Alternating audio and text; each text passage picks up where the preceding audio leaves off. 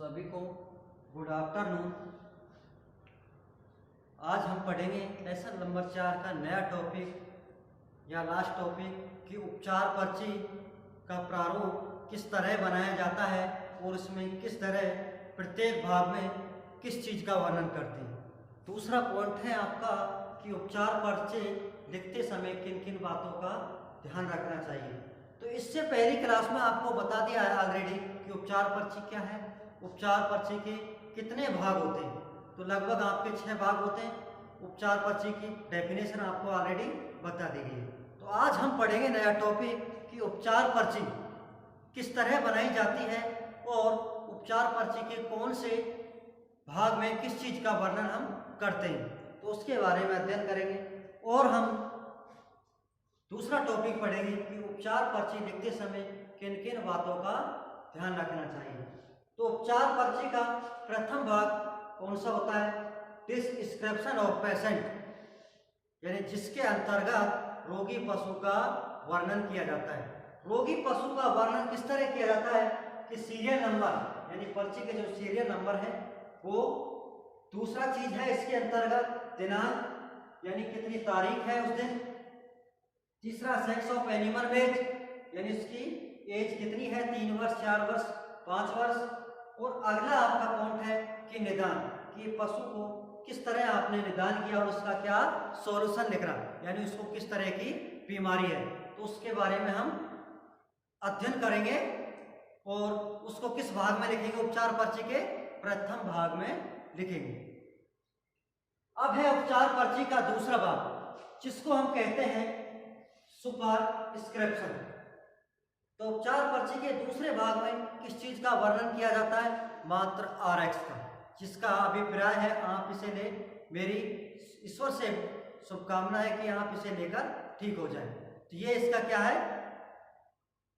अभिप्राय है RX का, जिसको भगवान का रूप या दर्जा दिया जाता है। तीसरा है उपचार पर्ची का भाग इनस्क्रिप्शन। तीसरा उपचार पर्ची का भाग क्या है? इनस्क्रिप्शन। तो इसके बाद लगभग और भी बटे हुए जिनको 4 भागों में बांटा गया है। तो ये उपचार पर्ची का मुख्य भाग होता है। तो इसके लगभग 3-4 भाग होते हैं।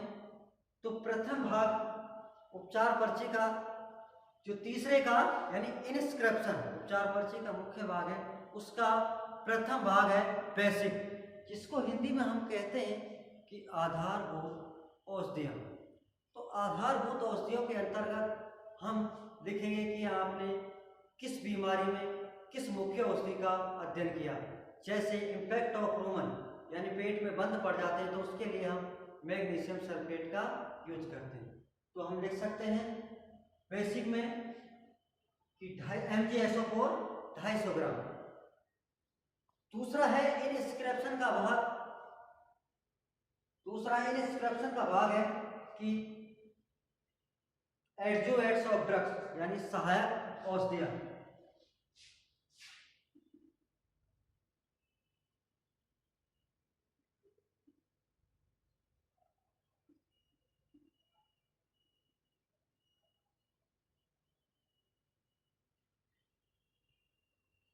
सहायक औषधियां कि जो मैग्नीशियम सल्फेट के साथ और कोई सहायक औषधि काम लेते हैं उसको लिखेंगे। तो और सहायक औषधि है सोडियम क्लोराइड। सोडियम क्लोराइड 130 ग्राम।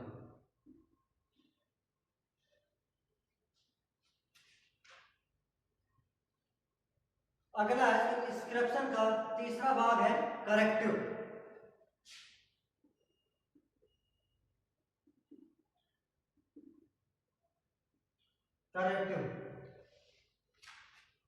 तो इसके अंतर्गत हम अध्ययन करेंगे कि दोनों औषधियों को एक ऐच्छिक प्रभाव के रूप में तैयार करना या उनके अनैच्छिक प्रभाव को खत्म करना।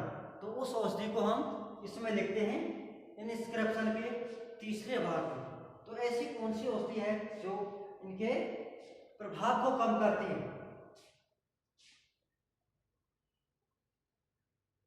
यानी पाउडर,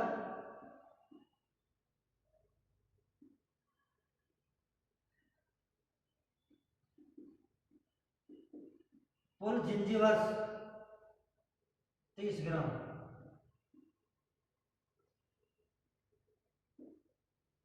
फुल जिंजीवर्स कितना है? 30 ग्राम। अगला है आपको इंस्क्रिप्शन का चौथा भाग, बीकर, जिसको हम हिंदी में कहते हैं माध्यम।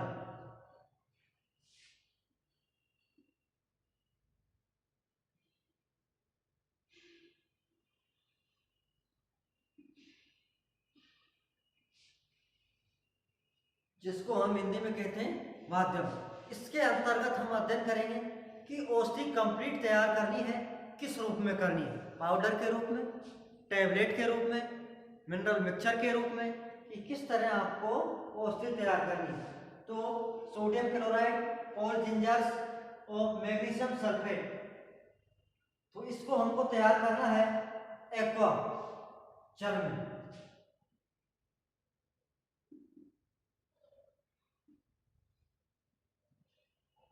600 ml, यानी हमको एक तरल मिक्सचर बनाना है और उसको पशु को पिलाना है, यानी एक पाउडर के रूप में घोल करके, पाउडर बना करके, और उसको तरल रूप में बनाना है।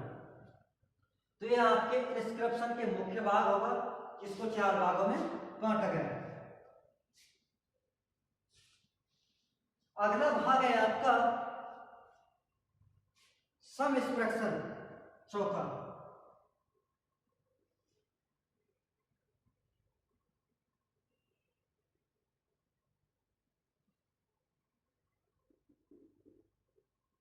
सम एक्सप्रेशन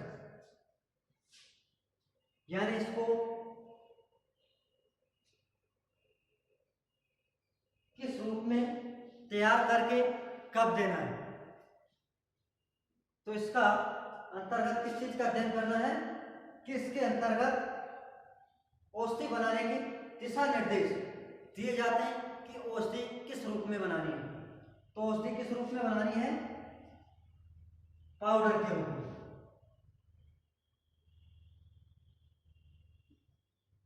मिक्सचर करके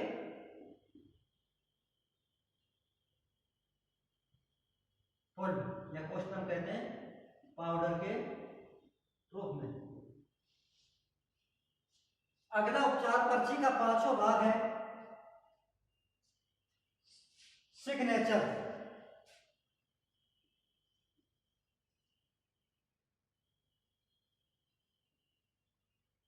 सिग्नेचर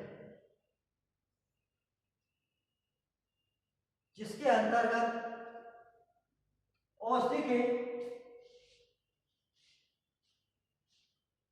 दिशा निर्देश होता है कि औषधि किस रूप में देनी है, पाउडर के रूप में, मुंह के रूप में, बोलस के रूप में, या तरल के रूप में औषधि देनी है।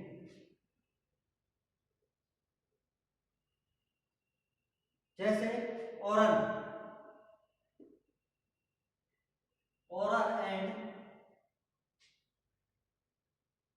ओडी, दिन में एक बार, जिसको हिंदी में कहते हैं दिन में एक बार, कि ओरल मुंह के द्वारा दिन में एक बार प्रयोग करना। तो ये उपचार पर्ची का 5वां भाग हो गया। अगला लास्ट भाग है आपका इंटाइटर।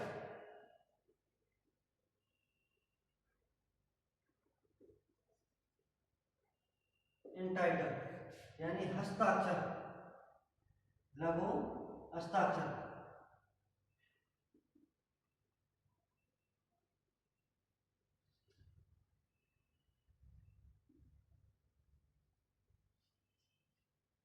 तो ये उपचार पर्ची का प्रारूप एक बन करके तैयार हो गया। तो प्रत्येक भाग को आपको दर्शा दिया गया है कि किस भाग में किस चीज का वर्णन हो गया। तो ये आपके कंप्लीट उपचार पर्ची है, जिसके 6 भाग होते हैं।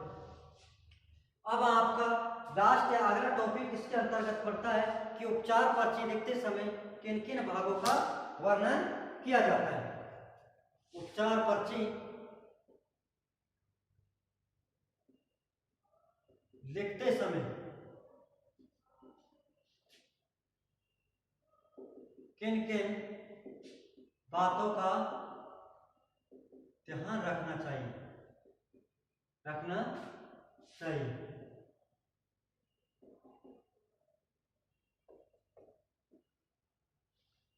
तो ये आपका लास्ट टॉपिक है कि उपचार पर्ची लिखते समय किन किन बातों का ध्यान रखना चाहिए।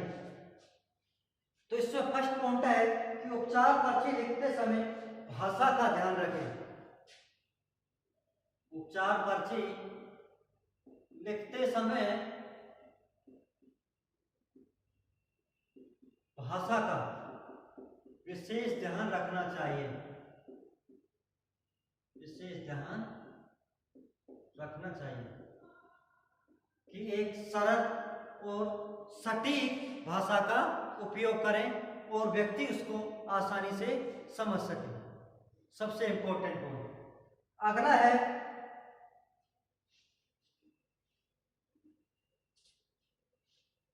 यानी किसी पशु को रेफर किया है तो उसको रेफरेंस पर्ची में रिकॉर्ड दें। दूसरा पॉइंट है किसी पशु को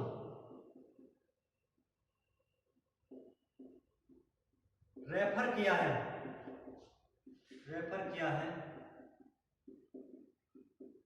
उसका रिकॉर्ड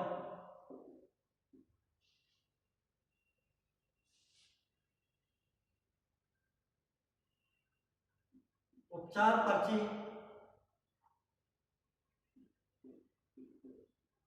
पर्ची में लिखें कि कहां से किस जगह को आपने रेफर किया है और किस कारण रेफर किया, तो उसका विशेष तौर पर ध्यान रखना चाहिए। तीसरा पॉइंट है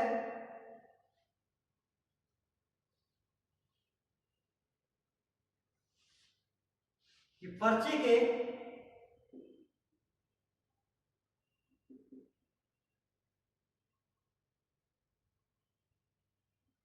के बाएं तरफ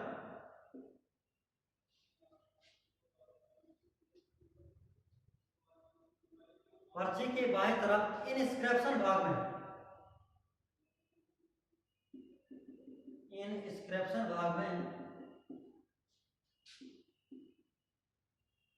पशु का तापमान, पल्स, श्वसन दर आदि लिखें।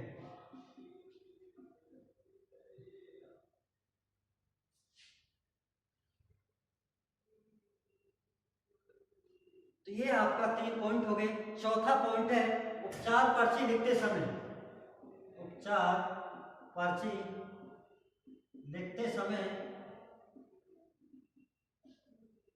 अंग्रेजी के बड़े अक्षर से शुरू करें। अगला पॉइंट है कि इनस्क्रिप्शन यानी उपचार पर्ची के मुख्य भाग को साफ सुथरे अक्षरों में लिखें। उपचार पर्ची के मुख्य भाग को साफ सुथरे अक्षरों में लिखें। तो ये आपके 5 पॉइंट हैं कि उपचार पर्ची लिखते समय किन किन बातों का ध्यान रखें। तो आपको उपचार पर्ची का प्रारूप बना दिया है, उसमें प्रत्येक भागों का वर्णन कर दिया है और आपको अगले टॉपिक में बता दिया है कि उपचार पर्ची लिखते समय किन किन बातों का ध्यान रखना चाहिए। तो सभी के लिए थैंक यू और आज के लिए इतना ही काफी है।